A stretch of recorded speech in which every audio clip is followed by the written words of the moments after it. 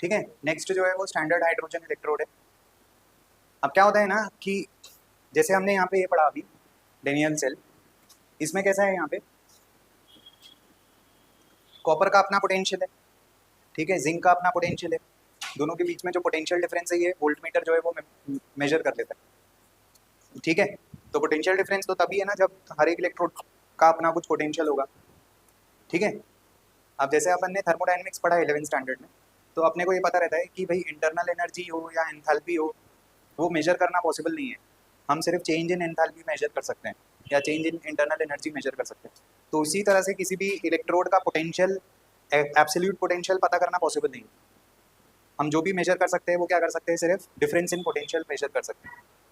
बातें समझ रही है मैं क्या बोल रहा हूँ, ऐसा है। तो इसीलिए हम क्या करते हैं ना यहाँ पे कि जितने भी एलिमेंट्स हैं उसमें से हाइड्रोजन का जो पोटेंशियल है वो हम जीरो मान के चलते हैं।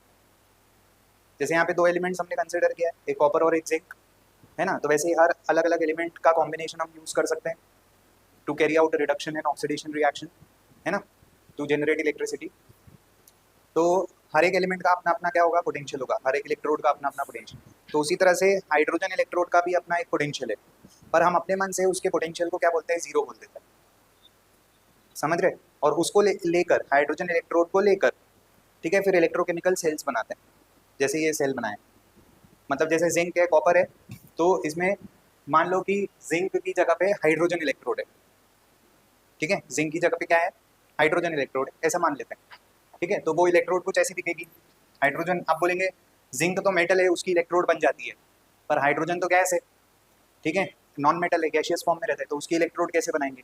तो उसकी इलेक्ट्रोड क्या करते हैं, हम सोल्यूशन लेते हैं H2SO4,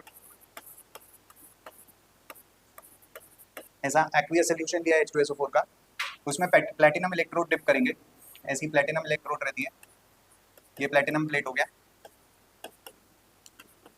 ऐसा, ठीक है। यहाँ से उसका कनेक्टिंग वायर्स निकले रहेंगे इलेक्ट्रोड के, इधर में एक इनलेट होता है जहाँ से हम हाइड्रोजन गैस पास करते हैं, ठीक है। मान लेते हैं 1 एटमॉस्फेरिक प्रेशर पे हम हाइड्रोजन गैस यहाँ पे पास कर रहे हैं।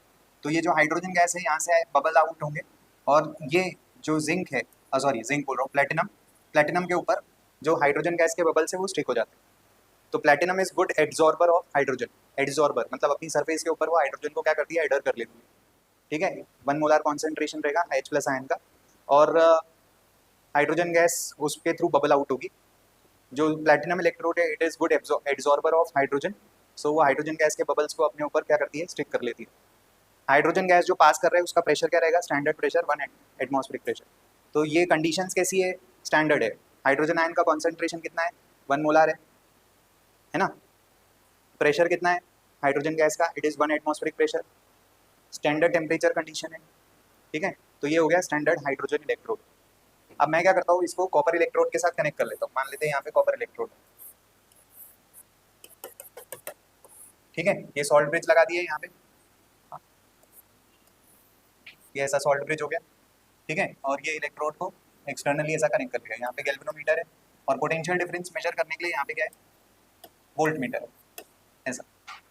बातें समझ रही, copper sulphate solution CuSO4 1 molar copper electrode, ऐसा, ये सॉल्ट ब्रिज ऐसा चल रहा है। बातें समझी। तो यहाँ पे क्या होगा ना, वोल्ट मीटर जो है वो क्या करेगा, पोटेंशियल डिफरेंस मेजर करेगा, और गैल्वेनोमीटर जो है वो करंट मेजर करेगा, करंट का डायरेक्शन बताएगा, ठीक है। अब हम ये मान के चलते हैं, मतलब हम मान के नहीं चलते हैं, हम ये एक्सपेरिमेंट अगर करते हैं तो यहाँ पे हमारा ऑब्जर्वेशन ये रहता है कि galvanometer shows direction of current from copper two hydrogen, मतलब गैल्वेनोमीटर में जो डायरेक्शन ऑफ करंट आ रहा है वो कॉपर टू हाइड्रोजन आ रहा है। So electric current copper two hydrogen जा रहा है, इसका मतलब किसका पोटेंशियल हाई है, कॉपर का, क्योंकि कभी भी current high potential to low potential ही फ्लो होता है ना। इलेक्ट्रिक चार्जेस का फ्लो, पॉजिटिव चार्जेस का फ्लो हाई टू लो होता है। तो इलेक्ट्रिक करंट का डायरेक्शन जो है वो कॉपर टू हाइड्रोजन है। तो इससे समझ में आ गया कि copper is at high potential and hydrogen is at low potential. बातें समझी, ठीक है। ये किससे पता चला, गैल्वेनोमीटर से। अब दोनों इलेक्ट्रोड के बीच में पोटेंशियल डिफरेंस कितना है वो कौन बताएगा, वो वोल्ट मीटर बताएगा। ये क्लियर है। अभी मान लेते हैं यहाँ पे रीडिंग आई एक्स वोल्ट आई, ये क्लियर है। इसका मतलब क्या है कि potential of copper minus potential of hydrogen ठीक है, ये इलेक्ट्रोड जो है, लिखने का तरीका कुछ और है, जैसे अभी तो फिलहाल मैं Cu और H यही मेंशन कर दे रहा हूँ, that is equal to potential difference. अब ये वैल्यू आई x, ठीक है। कॉपर का पोटेंशियल पता नहीं, और हाइड्रोजन का पोटेंशियल हमने क्या लिया था, अपने मन से जीरो कंसिडर किया होगा, क्योंकि अगर हमको कंपैरेटिवली अगर कुछ पता करना है पोटेंशियल, तो हमको क्या करना पड़ेगा, ठीक है, किसी एक का पोटेंशियल तो जीरो लेना पड़ेगा। तो हमने हाइड्रोजन, जो स्टैंडर्ड हाइड्रोजन इलेक्ट्रोड होती है, उसका पोटेंशियल जीरो माना हुआ है। अब कॉपर का जो पोटेंशियल है वो हाइड्रोजन इलेक्ट्रोड से ज़्यादा है, गैल्वेनोमीटर से करंट के डायरेक्शन से पता चला था, क्लियर है। तो यहाँ पे अगर देखेंगे तो इसको सॉल्व किया तो V कॉपर मतलब पोटेंशियल ऑफ कॉपर कितना आ गया, x वोल्ट आ गया। समझ में आ रही बात? पॉजिटिव में आया पोटेंशियल, क्यों पॉजिटिव में आया, क्योंकि कॉपर का पोटेंशियल हाइड्रोजन से हायर था, करंट का डायरेक्शन कॉपर टू हाइड्रोजन जा रहा है, कॉपर का पोटेंशियल क्या है, हायर है, तो इसलिए वो पॉजिटिव में आया।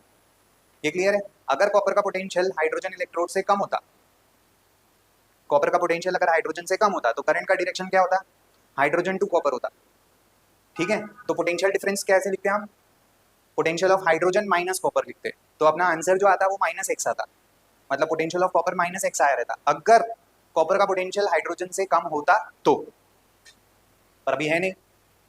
यहीं अगर हम जिंक का पोटेंशियल देखेंगे, एक्चुअल में जो कॉपर का पोटेंशियल आता है वो 0.34 आता है, ये जो वैल्यू आती है वो कितनी आती है, 0.34 वोल्ट आती है, समझा। और यही काम जब हम जिंक के साथ करते हैं, मतलब कॉपर इलेक्ट्रोड की जगह पे हमने क्या रखा है, यहाँ पे जिंक इलेक्ट्रोड रखा हुआ है, तो उस टाइम पे हम ऑब्जर्व करते हैं कि galvanometer shows direction of current from hydrogen to zinc, ठीक है। मतलब वहां पे हमको ये समझ में आता है कि जो करंट है वो हाइड्रोजन से जिंक की तरफ जा रहा है, इसका मतलब हाइड्रोजन का पोटेंशियल क्या है, जिंक से ज्यादा है। अब हाइड्रोजन का पोटेंशियल तो जीरो है, तो फिर जिंक का पोटेंशियल उससे भी कम है, मतलब नेगेटिव में है। तो जो पोटेंशियल डिफरेंस आएगा ना वोल्ट मीटर में, that will be the potential of zinc, ठीक है, इन नेगेटिव, नेगेटिव में रहेगा वो। बातें समझिए क्या बोल रहे हैं। तो इस तरह से स्टैंडर्ड कंडीशंस लेते हैं, कॉन्सेंट्रेशंस आपको सोल्यूशन के 1 मोलार लेना है, ठीक है। प्रेशर एटमॉस्फेरिक प्रेशर लेना है 1 एटमॉस्फेरिक प्रेशर, ठीक है। टेम्परेचर कंडीशन आपको रूम टेम्परेचर जो 298 केल्विन अपन स्टैंडर्ड कंडीशंस लेते हैं वो लेना है, और फिर ये एक्सपेरिमेंट कैरी आउट करना है। ऐसा करेंगे आप सारे एलिमेंट्स के साथ, हाइड्रोजन को इलेक्ट्रोड बना के देंगे, इलेक्ट्रोकेमिकल सेल बना के देखेंगे, और सबका पोटेंशियल आप डिटरमाइन कर लेंगे। तो डेफिनेटली कुछ ऐसे एलिमेंट होंगे जिनका पोटेंशियल हाइड्रोजन से ज़्यादा होगा, और कुछ ऐसे इलेक्ट्रोड्स होंगे जिनका पोटेंशियल हाइड्रोजन से कम होगा। तो इन सब का पोटेंशियल जो है, ठीक है, हम नोट डाउन कर लेते हैं और उसको डिक्रीजिंग ऑर्डर में लिख देते हैं। ये क्लियर है। तो वो बन जाती है हमारी इलेक्ट्रोकेमिकल सीरीज, आपने एनसीईआरटी में देख लो, लिखा होगा, है ना, एक टेबल बना हुआ है, चेक कर लो सर, शेयर कर लो। तो आपको इलेक्ट्रोकेमिकल सीरीज दिख रही है, ठीक है। उसमें हाइड्रोजन का पोटेंशियल देख लो आप, जीरो है, उसके ऊपर वाले जो एलिमेंट्स है उनका पोटेंशियल जो है वो पॉजिटिव में है, और उसके नीचे वाले जो इलेक्ट्रोड्स है उनका पोटेंशियल नेगेटिव में। सोल्यूशन चैप्टर के बाद होगा सर, समझ में आ रहा है। तो ये जो सीरीज हमने बनाई हुई है, ये हाइड्रोजन से कंपेयर करके बनाया हुआ है अंडर स्टैंडर्ड कंडीशन, क्लियर है, कोई डाउट। अब मुझे बताओ कि कोई भी ऐसा सेल वर्क कर रहा है ना, जैसे ये पहला वाला सेल है, ये ऐसा, हमने स्टार्टिंग में इसका कॉन्सेंट्रेशन 1 मोलार लिया था, और इसका भी कॉन्सेंट्रेशन 1 मोलार लिया था, पर आपको पता है कि वो कॉन्सेंट्रेशन अभी 1 मोलार है नहीं। क्यों नहीं है, क्योंकि यहाँ पे तो कॉपर आयंस गायब होते जा रहे हैं, तो कॉपर आयंस का कॉन्सेंट्रेशन कम होते जा रहा है। यहाँ पे जिंक आयंस ऐड होते जा रहे हैं, तो जिंक आयन का कॉन्सेंट्रेशन बढ़ता जा रहा है। तो स्टार्ट में तो हमने 1 मोलार लिया था कॉन्सेंट्रेशन, पर अब कॉन्सेंट्रेशन 1 मोलार है क्या, अब चेंज हो गया। अब कॉन्सेंट्रेशन अगर चेंज हो गया तो पोटेंशियल में भी फर्क पड़ेगा, पोटेंशियल डिफरेंस में भी फर्क पड़ेगा, ठीक है। तो at concentrations other than standard concentration, अगर हमको इलेक्ट्रिक पोटेंशियल अगर डिटरमाइन करना है तो हम कैसे करेंगे, तो उसके लिए हम क्या करते हैं, नर्न्स इक्वेशन यूज करते हैं, ठीक है, वो आगे पढ़ेंगे अपन।